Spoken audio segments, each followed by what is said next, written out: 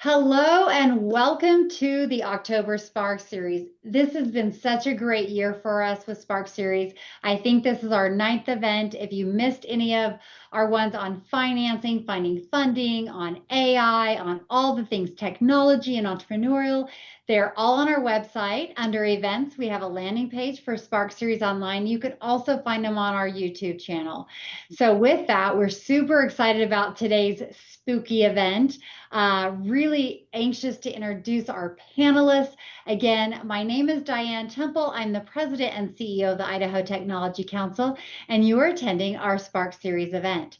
So with that, I'm going to immediately first thank our panelists, Betsy and Michael and James, and I'm going to have each of you first just do a quick introduction of who you are, and then we'll jump into some great conversation. So James, you're on my left, so we will start with you. All right, sounds good. Thanks, Diane.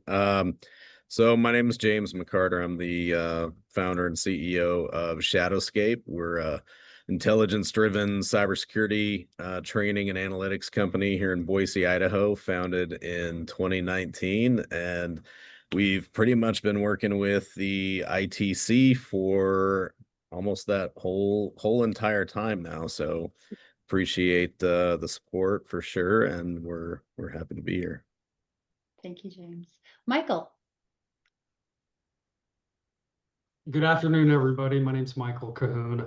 I'm a special agent with the FBI. I work cybercrime investigations. I've been with the FBI for just over 17 years and working those investigations from a national security perspective as well as a criminal cyber perspective. And we'll talk a little bit more about what that means. I actually went to school here in Idaho years ago. My wife is from Idaho, and we've returned here just recently in the spring to Idaho, and happy to be here in Boise to work with the FBI and a lot of our partners in the community, especially partners in the private sector. And just want to thank Diane and Betsy for giving us this opportunity to speak to everybody. Thank you, Michael, and welcome back to Idaho. I know that we are going to have lots of years of working alongside you, and congratulations on 17 years with the FBI.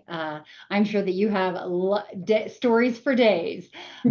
Betsy, let's hear from you. Hi, everybody. I'm Betsy Davies. I'm the Vice President of Operations here at the Idaho Technology Council. And yeah, I'm an Idaho native, been here my whole life, and hopefully for the rest of it. I'm just here to share some of my personal scary stories today. So I love that. So we're just going to jump right into either the most shocking, memorable. Let's just jump right into those spooky stories. And then I've got some of my own creepy questions for you. So we will go in opposite order of our introductions and go back to you, Betsy. Sure. So, I had a really, really big wake up call recently. And for someone that works at a technology council, I was shocked and almost embarrassed and all of the things. I got into my personal email, had an email from PayPal, very legitimate looking email. All of the pieces and parts that I've been taught to look for seemed to be where they were supposed to be. It was about a pending charge that was quite big, especially for my paycheck size on my account. And so I immediately freaked out a little bit and called the number in the email, which I assumed was going to PayPal. When the voice came on the other end, it was an automated system that sounded like PayPal. It had all of the right prompts and things that you would think that calling into a place like that would have. And I got through to the guy, and it was very scary because it took me much longer to realize that I was about to be scammed than I would like to admit. It took they had already reset my password before I had kind of gotten a clue that this was not right. All of the things seemed to be there. And eventually I got in touch with the right PayPal, thank goodness, and very narrowly escaped that person on the other end getting access to all of my payment information, which was attached to PayPal. There are just so many things in there that he could have accessed. And I'm really grateful that I was able to sort of at the last minute go, wait a minute, this doesn't feel right. Wow. Thank you so much for sharing that vulnerable story. And I, having worked alongside Betsy for as many years as I have, like, she is definitely not the first person to get scammed. She really does question. That's why she's in compliance and so good at it. So we were just like, we know that the hackers are winning this war and they're getting smarter and smarter with that, Michael. And I know that because of the nature of the work that you're in, names changes or names places will be changed, but just maybe if you can share some of the things that you're seeing that our audience would really love to hear about. Sure, Dan.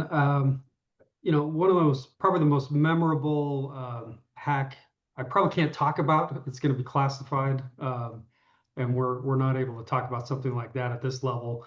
But I was thinking a lot about this question about things that I could share with you. Definitely in the last few years, there's been an uptick in cyber criminals. And with ransomware, with business email compromise, as well as SIM swapping, the FBI looks at hacking in a, we're trying to target hacking that's happening from lots of different actors. But maybe one of the experiences was a case that was just, could happen to any individual at any moment, and a couple of things to be aware of. So it all starts with a young man that walks into a Verizon store just a few years ago and showed an identification saying that he was a particular individual, and got a young Verizon store clerk to pull up his account. And just within a matter of minutes, was able to quickly swap the SIM for that account to a new device. And this took place right outside of St. Louis, back in the Midwest. And so just within a short matter of minutes, a criminal got access to somebody's phone account. And as you know, with a lot of the things on our personal life and our personal digital life, a lot of things are attached to our phones and to our email accounts that we're using. So it's super important to keep those safe and up to date, and look out for those things. But within a matter of minutes, as I said, this criminal got access to that account, was able to actually pass it off to another individual who was overseas. And the true owner of that account was a California man who had done pretty well in the cryptocurrency and had about $5.5 million in a couple of different accounts associated with that phone and some email accounts. And he happened to be traveling overseas. He was spending time with his family and not really thinking about his financial portfolio and cybersecurity. But within a short amount of time, as you can tell with this story, they were able to do what's called the SIM swap and get access to his crypto accounts and drain those pretty quickly. So that can be a pretty big shock to somebody, to be able to lose basically your life savings in that portfolio in a short amount of time, and then to have the courage to report that so that we could investigate that and we could try to track down these cyber criminals that, again, are most likely overseas. But we have resources, and we can talk about that more later, about how we're trying to tackle that. So beware. And just as a kind of to wrap it up, make sure you call AT&T or Verizon and put what's called a SIM lock on your account, so that nobody can come in and very quickly identify themselves, either calling into a call center or visiting a local store and do that SIM swap. Make it very difficult for a new device to be added to your account, especially if you're a parent and you have maybe you're managing multiple kids' accounts. Make it very difficult for that to happen. And the phone companies are getting better at this, but something to be aware of, and kind of a spooky tale to tell. Yeah, I like the minute you said that, I'm like, I am doing that today. Good. I have 4 children's phones on my account with Verizon, and I didn't know that SimLock was a thing. I actually was on their website just the other day looking at extra opportunities to block the spam. I don't know if I'm the only person on the planet that gets at least 20 a day, but I get really flooded with. So my phone number must really be out there in a big way. So such great advice. And we will circle back around to some of the things that you alluded as we talk about some of those entry points for hackers. James, let's hear one of your stories.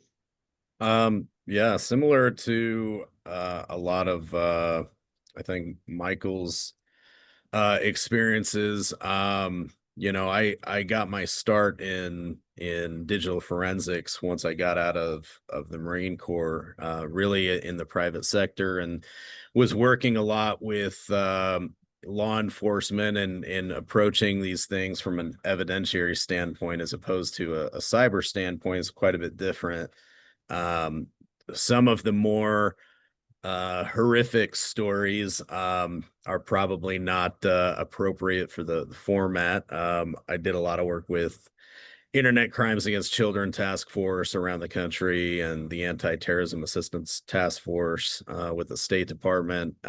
So there's always lots of cybercrime happening and everything, facilitating everything from human trafficking and everything else. So that to me is where my mind goes, because when we talk about horrific stories, Betsy, I can empathize because I hear about those sorts of things all the time. In fact, something very similar happened to my own mom fairly recently, and I was so upset and so frustrated because I'm like, I'm just a phone call away, Mom. Like, why did this happen? I thought, but that, things are getting, that's one of the things that AI has really facilitated is a more believable persona, and the emails look better, the interaction looks better, and it can happen via PayPal, can happen via Facebook Marketplace. What I've told everybody that will listen, this is one of the things that Michael is alluding to with SIM swapping, but SIM swapping is targeting something that's exponentially important, which is two-factor authentication. And I tell everybody to two-factor authenticate your life, because things like what happens with Betsy, but we've also seen instances where bank account information has been changed, and people trying to constantly. I get emails from my employees saying, hey, my bank account has changed. I get information. I get vendors that reach out and say, hey, our bank account has changed. And I'm always sending an email or calling them and saying, is this really you right now? Especially with vendors that I don't have like a very close relationship with. And it's hard for me to know, who they are. Because before you could pick up on grammatical issues and things like that when they were coming from non-native speakers. And now we're seeing AI really cleaning up that language and making it hard to differentiate. But then comes the SIM swapping thing, right? So with the two-factor authentication, that's great and will alleviate most attacks. But then you have an instance where that text message that you get is going to someone else's phone now, with a SIM swapping issue. So we're seeing people go back to the little token that you would have, the little digital tumbling number, so that you can use that. So there's so many things that go through my mind. But again, that all being said, the real horrific things to me are what targets our seniors, our elderly, and kids. And that's the big thing that really concerns me is social media fraud. And we're seeing lots of pig butchering issues with elderly. We're seeing things like fraudulent payment portals and things. But then on the kids side, my kids don't have social media for good reason. And it's not to say that it can't be navigated safely, but you have to have those conversations with your kids, because you cannot trust that anybody is who they say that they are, and that any information you share will be should be thought of as, this is public domain. You might as well spray paint it on the front of your house. If you kind of go into it with that thought, then maybe it makes them think twice. But we see a lot of fraud of people trying to, you know, to groom kids and things like that on social media, and that's as horrific as it gets in my mind. And the biggest thing that I would say, everything else is important to me, a lot of cyber crime, but make sure that your kids are protected, and you know who people are talking to, because you're going to see the same type of fraud that Betsy got hit with, that my mom got hit with. You're going to see things like that happen with kids, but for much more disturbing or illicit reasons. As you were talking, I was thinking about the things that my parents were worried about me as a child on Halloween, right? Right. Checking my candy, making sure that, you knew the houses, you were knocking on strangers' doors. And now that game has really been amplified on how you protect your children. Michael, I want to go back to a couple things you were saying about, when we think about the SIM card, and I was thinking about Betsy's story, that originally with Betsy's situation, it was really technology driven, right? It was the right technology that was sending her the right emails, and then a person was involved. Where with your situation, it truly was human, right? It was a human person in front of a human person that was just a switch and bait and moving some SIM cards around. So as we think about those common entry points of technology versus humans, what thoughts do you have on that, Michael? Yeah, before I answer that, I made me think of, my parents would check my candy too, right? Yeah. We lived You can outside still a do big that too, by city. the way. Something you may want to consider is you got to do phone checks as well with your children. I know we're not talking about children in this particular event, but that's a very good practice to do phone checks, at the kitchen table. Hey, I need to look at your text messages. I need to see what apps you got on there. And, you got to help teach your children, because they definitely are targeted, just as James talked about. So I think to go back to your question, Diane, the common entry points. So there definitely is a technology aspect to it. So a lot of times we see a lot of data breaches these days with large corporations because there's a misconfiguration on a server, or there may be an exploit that is unknown, a zero-day exploit. And just for example, just in the last 2-3 months, there was a big SharePoint exploit, and obviously Microsoft had to patch that very quickly, right? But not everybody gets the message. Not everybody fixes that vulnerability in the system. So technology can definitely be a common entry for hackers. They're constantly scanning the internet. There's many sites out there that map the internet, that look for these vulnerabilities. There's lots of really great tools to be able to automate a lot of the hacking activity that we see. But 9 times out of 10, it's the individual. The individual themselves get tricked. Social engineering is used to elicit information from somebody, very benign information. But then that information can be used with a lot of the other public information, as James alluded to, that's already out there. And we see very sophisticated cyber criminals do a lot of work on their reconnaissance and their research before they go after a particular target. So with that in mind, a couple of things you should consider as an individual and a business. What are you willing to put out there? What's your public facing look on the internet as your business? Can people readily find your domains, your IPs? And obviously they can. So which ones are you allowing to be out there? And then on the second side, what are you doing to train your employees so that they're not the weak link, right? They're not the one that clicks on the email, that opens the attachment. Any device, any operating system, they're all vulnerable. A lot of people have this misnomer that you're going to be safer on a Mac, you're going to be safer with a Linux distro, this or that. Mobile is safe. There's mobile malware. There's really great exploits for Macs, for Linux, for Windows, obviously. So what are you doing to harden your tech, but also what are you doing to train your folks? And I'll just end with this to turn it back. The CEO of Coinbase, he's very public about, hey, we want to find and we want to create a system that our users can trust.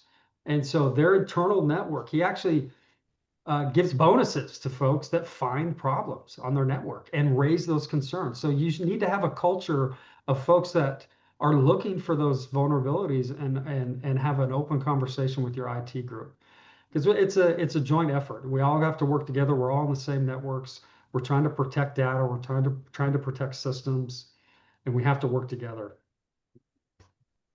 Thank you so much. Wealth of knowledge. You know, Betsy, when I think about the number of years that you've spent in compliance roles, the number of different levels of technology you've had in employees that you have managed, I think that I could see you shaking your head when he was talking about, you know, it's not even just about hacking you. Sometimes it's about your contact list and 10xing, you know, you're not, when you give your password of Microsoft to a hacker, I can't even put into words and so to speak a little bit on some of your experiences in that. You know, being part of a business and like Diane said, we've worked together for years. You know, we very often get the please update my banking information emails daily, I would say almost. There was one that came through recently that was pretty interesting. And I immediately went to Diane, and it was for a very large amount of money. And it was, you know, disguised as a vendor saying, hey, you haven't paid my invoice yet. And of course, as the person that pays the invoices, I was like, you know, I don't want to be late. I'm very, you know, try to be very on time with all of these things. But the amount of money, I knew immediately Diane would never spend that kind of money without talking to me first. So, you know, kudos, because we have a great working relationship together. But otherwise, I mean, it was, you know, it was very, very believable. It had an entire thread that was supposedly between Diane and this person. The emails looked right. Everything looked like it was legitimate. So if I was in a rush or not paying attention, I would have just clicked on that and paid it immediately. And I'm really glad that I didn't. But, you know, keeping track of those things especially as a small business and working in nonprofits, you know, you don't often have the resources to put a big IT department in place or to have people that are looking over that all the time. And so you have to be creative and make sure that it's not one of those things that falls by the wayside, because it is so critical. Like these guys said, everybody is vulnerable, and it's not just, you know, this stereotypical, it's the elderly all the time. I mean, yes, they are a vulnerable population, but really what I've learned, especially with these past few, is that anybody is a target. And you really just have to pay super close attention to who you're dealing with. And like James says, when it comes to vendors and things like that, you make phone calls to make sure that you're doing what these people want. So instead of what the hacker asked you to.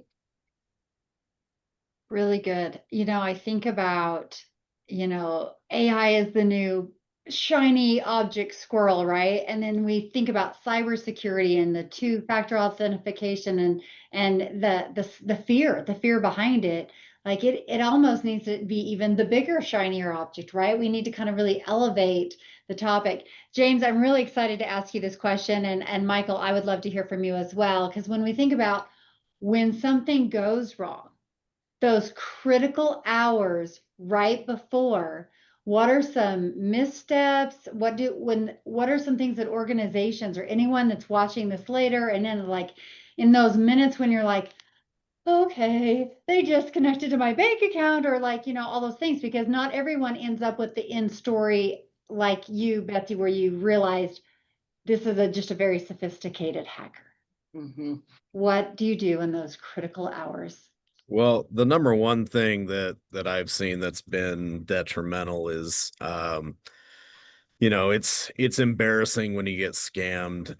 You feel kind of violated, and when I've seen people delay reporting a potential issue, that's where the real issues happen, because we've had multiple instances where we were able to even after it was sent, quickly call the bank, call whoever we needed to shut things down, and interrupted enough to where they weren't successful. And we've had plenty of instances where we'd been contacted after the fact, and we're like, so much time has gone by, there's not a whole lot that can be done at this point. So to your point, time is of the essence for sure. But the other side is it's really I think a lot of times when it happens, we're consistently hearing from people, it just didn't feel right throughout. And trust your gut when that's happening. I always tell, and I especially say this to my daughter, don't be afraid to be rude. And if somebody is contacting you that you don't have a previous relationship with, I'm like, I'd rather you be rude than to get taken advantage of for somebody that you don't know. So when someone's asking you for something that you're not comfortable with, just take a step back and say, this doesn't feel right. I don't feel comfortable. To hell with what anybody thinks about it. And delay things. And let me tell you something else. Anything that's important can wait a day. So if you don't feel comfortable with that, disconnect the call or stop the email chain. Almost nothing has to be done at this exact moment, because we see urgency being used so often to facilitate these types of events. And you'll see it time and time again, like, you've got to get this done today. And there's very, very rarely that happens in our lives, that something has to get done at this moment. So if you're not comfortable, disconnect the call. If it's important, they'll call back, but shut it down. Be a little bit rude, abrasive. There are people out there actively trying to take advantage. And the frustrating part is, if those people didn't exist, we would probably be a far more polite society, because we wouldn't have to be on guard all the time. But this is the nature of the beast, especially living in a digital world now, that when people are reaching out to me with information and I don't really know them, I'm like, I don't owe you anything. And I hate that I have to be that cynical, but also it probably keeps me from getting taken advantage of pretty often. And it's certainly advice that I give to my family and friends and colleagues. Nice. I'll jump in too. So I think, Diane, your question, the way I'm looking at it is, if a large organization is hacked and there is a imminent breach, or there's malicious activity actively going on within the organization, I think the two biggest things that corporations and companies can do that are right is, one, have a plan. You have to have a written plan to know what are the next steps. What are the first 6 things you're going to do as an organization if it's ransomware? What are the first 6 things you're going to do if your data is sitting on a darknet site and it's already been leaked? Have a detailed step of what you're going to do, and have tabletop exercises to talk about these things, and bring everybody in. Bring executive management, bring the legal team, bring the IT, bring folks from the operations part, so that they understand this is the plan and this is what we're going to do. And if you have a plan, you're gonna be able to make a lot better decisions in those first 24, 48 hours. The second part is a lot of companies think, oh no, I need to just pull the internet, right? Or, let's just get off that, right? So in a large scale data breach, that could potentially be your best option. I'm not saying that that's not a good idea, but a lot of times what we'll see is that either the FBI has come to your organization and we've seen a certain piece of information and it's malicious. There's something definitely happening on that network. And we may have received that information from an informant, from another active operation, from classified means from other agencies, from military, intelligence services, even foreign partners. So we're going to try to get that information to you as soon as possible. But in your plan, you may need to think, hey, maybe I don't want to just yank that internet and get that system offline. I may want to monitor that. So as part of your plan, a really good thing to have in mind is maybe I need to hire a firm or I need to have somebody in-house to do some surveillance and see how deep this hack is on your system. Because what you don't want to do is, cut yourself off, blind yourself, you're thinking that, hey, I fixed this one little issue over here. Yet that threat actor, as we've seen multiple times with some of these advanced persistent threat actors, they're on other parts of the network. They're doing other nefarious stuff, and their goal is long-term persistent access on the networks. So one, have a plan. Two, consider monitoring these folks for a certain amount of time. And I understand organizations may not have the resources to do that themselves, but a lot of organizations will have a company on retainer or other contracts to be able to come in and set up monitoring systems and try to get a better understanding of what's actually happening before you take those really drastic steps. So those are kind of my two probably biggest items. So at what point, Michael, do people reach out to law enforcement for this? I know that James, like a lot of what you do at Shadowscape is, you help people create those plans. You also sometimes get those calls in the 24 hours after. But at Absolutely. what point do you involve the law enforcement in these type situations? Yeah, great question. So 10 years ago, when we were looking at these different threats, Director Mueller came out and said, hey, we need people to, well, one of the biggest problems is people are too afraid to report this to us and to get it to us. What people don't understand that is the FBI has an investigative role, right? We're there to try to deter these bad guys. We want to arrest them. We want to impose consequences. We want to put them behind bars. But we cannot fulfill that role of actually finding these folks anywhere in the world and arrest them unless we have good partnerships with the victims and the companies here in the US. So we've done a significant amount of outreach to try to convince companies to bring us in as early as they feel comfortable and to report that. Now, there are some groups that have mandatory reporting requirements to law enforcement, but I would make the argument that I mean, that's important. You have to follow those regulations. But if you bring us in early on a hack, here's what we can provide. We can potentially get you attribution for that particular actor. 9 times out of 10, we're already going to have an open active investigation in another field office with a cyber squad that is targeting that particular group. We have indicators of compromise. We may have decryption keys. We may have other things that you don't know about or that you're getting from other third-party vendors who provide you threat intelligence. This is just, again, another source of threat intelligence that we're going to have on our open and active investigations, as well as potentially informants or historical takedowns that we've done, or, as I said previously, other partnerships with foreign partners and other intelligence services. We're going to try to get that at an unclassified level. We're going to try to get that to you so that you can, in turn, come up with a better plan so you can make better decisions when that hack is happening.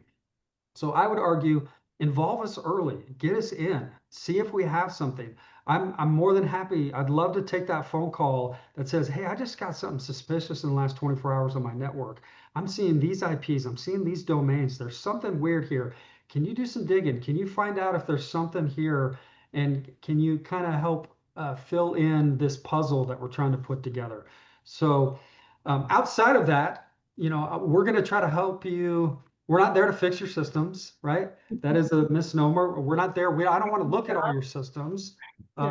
But I do want to focus, and I do want to help those other investigations so we can stop these threat actors, because you have a little piece of the puzzle for this big threat actor group. Right. And you may not know that you've got a real critical piece of that puzzle, and we need that information. And as I'm trying to explain, we also want to get more information back to you so that you can do what's necessary to get your business back up and running, and get over this hurdle and get past the incident itself. That's great. I had a quick question, if I could. What about your, just your average everyday person, individual? To what point do the types of phishing scams and things like that come through your email, should we be reporting those to the FBI? Is there a mechanism for that? There is actually a great mechanism. We have set up what's called IC3, so the Internet Crime and Complaint Center. So this is a clearinghouse to be able to send in information. A lot of it deals with internet fraud and internet crime. It is something that anybody can report. We get reports actually from all over the world on this, but US citizens can report this. Now, I would recommend that if it's something in your personal life and personal nature, definitely you can file a report with that. That is the official way to file a report with the FBI. Now, I'll tell you, there is a lot of this activity happening, and our resources are stretched very thin. And so convincing a United States attorney to be able to take a $100,000 loss may be pretty difficult. But what actually happens in reality is that particular threat actor group is targeting multiple people. So the more people that we can get to report this information to IC3, it's literally ic3.gov, the more people can report to that. Analysts take a look at that. They're pulling information from all these different victims across the country, and they're looking to find venue, a best place that we can then investigate that and prosecute that particular threat group. I know that's not the best answer, and we need to do better as a federal government to target and to disrupt this type of activity, because it is affecting some of our most vulnerable populations. I have personal family members and friends that have definitely been affected by internet fraud and this type of crime. So I would say on the personal level, report it to IC3. You can make an official report. You can attach things. And then second best thing you can do is, like James said, stop engaging with these individuals. Like, cut it off. Realize you've been scammed. You've lost some money. Do not engage further. And that's probably our best advice. Really, really good. James, I want to give you a chance to weigh in on what we've been talking about before we hit our really fun rapid fire questions. Sure. And then we will be opening it up to our attendees to ask their questions. Sure. Yeah. Well, as a security provider, we obviously are bound through confidentiality. There's only certain instances that we could unilaterally disclose that something has happened, which is, some sort of exigent circumstance, threat to life, child exploitation, or something of that manner, or that otherwise we become legally compelled to do so through a subpoena or something like that. But other than that, we'll notify the client, we'll advise them as to what their legal reporting obligations are, but two, what is like, what is typical. But we're always trying to in that sense investigate to determine whether or not a crime has actually occurred. And then on the same note, I was the director of threat intelligence for about 8 years. So while my tendency is to engage in, some sort of threat sharing, we don't want to tip our hand too early to the adversary, especially if it is like what Michael's talking about with one of our larger enterprise customers that has the potential to be an advanced persistent threat, that are these larger organized crime outfits or even nation state type adversaries. We definitely don't want to tip off that we're, kind of onto them. So, but there are sensitive and classified ways to do that. But once we start to have an idea of what's going on, with ransomware data exfiltration, generally we try to advise to report that immediately. And IC3 is definitely the easy place to do that. Also, CISA, the Cybersecurity and Infrastructure Security Agency, where there is a ton of free resources for small businesses as well, that I would highly recommend that everybody familiarize themselves with. But yeah, things like financial fraud, those sorts of things, generally, as soon as possible. I think the general practice is around 3 days. If it's something regarding critical infrastructure, then we're going to take that very, very seriously and assume that we're dealing with a pretty skilled threat actor, and we'll want to advise the client to report that absolutely ASAP as soon as we have, pretty clear verification that something illicit is going on. And then the other things that are obvious are, when it's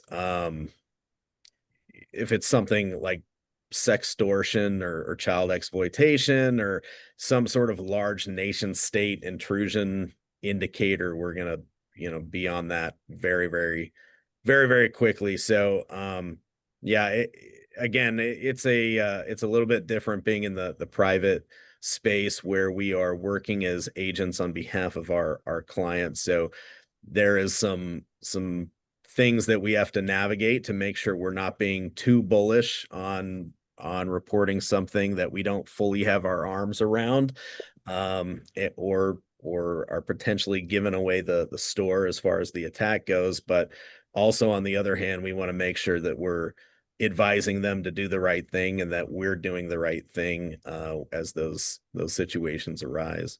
Yeah, I'm hearing from you kind of like what we've talked about, having that plan. And as you guys were talking about the plan Absolutely. for like large business, I was thinking, what is my plan? Am I teaching my children what that plan is? Because right when something happens is when you're emotional, you're a little bit high charge. But if you've already thought about who am I going to call? What do I need to do? Do I need to cut off my internet? Do I need to call my bank? What am I going to do if it happens to me? Because we've all heard the spooky stories, right? There's a Right. lot of things that we've heard. So in that, I want to finish with some rapid fire questions. So you give me a really quick answer. We go through all three of you. I've got just a couple of questions. These are a lot of fun. At least I think they are. So what is one overlooked cybersecurity practice that you think is definitely overlooked? What's an overlooked practice that could save someone from disaster? James. Anyone? Yeah, we'll just go through. Yeah, James. Password managers are just so easy to implement, and people still have such poor password management. I would say that's first and foremost, and get all your 2FA in there and everything else. All right, Michael. Yeah, multi-factor authentication. There's so many apps. You don't have to have an RSA token anymore. You can use Google Authenticator. There's other authenticators. All of your email, so your primary email and all of your financial accounts have to have multi-factor authentication set up. Betsy. 2FA.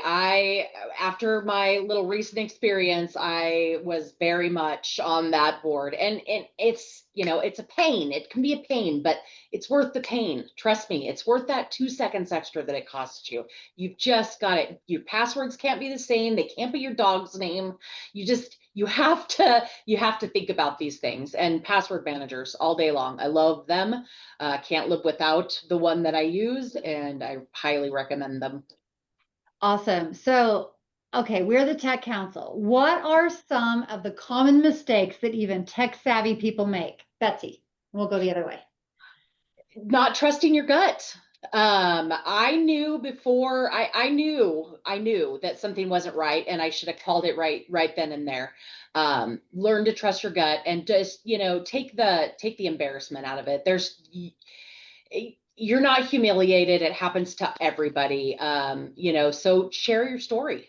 Share your story. Michael.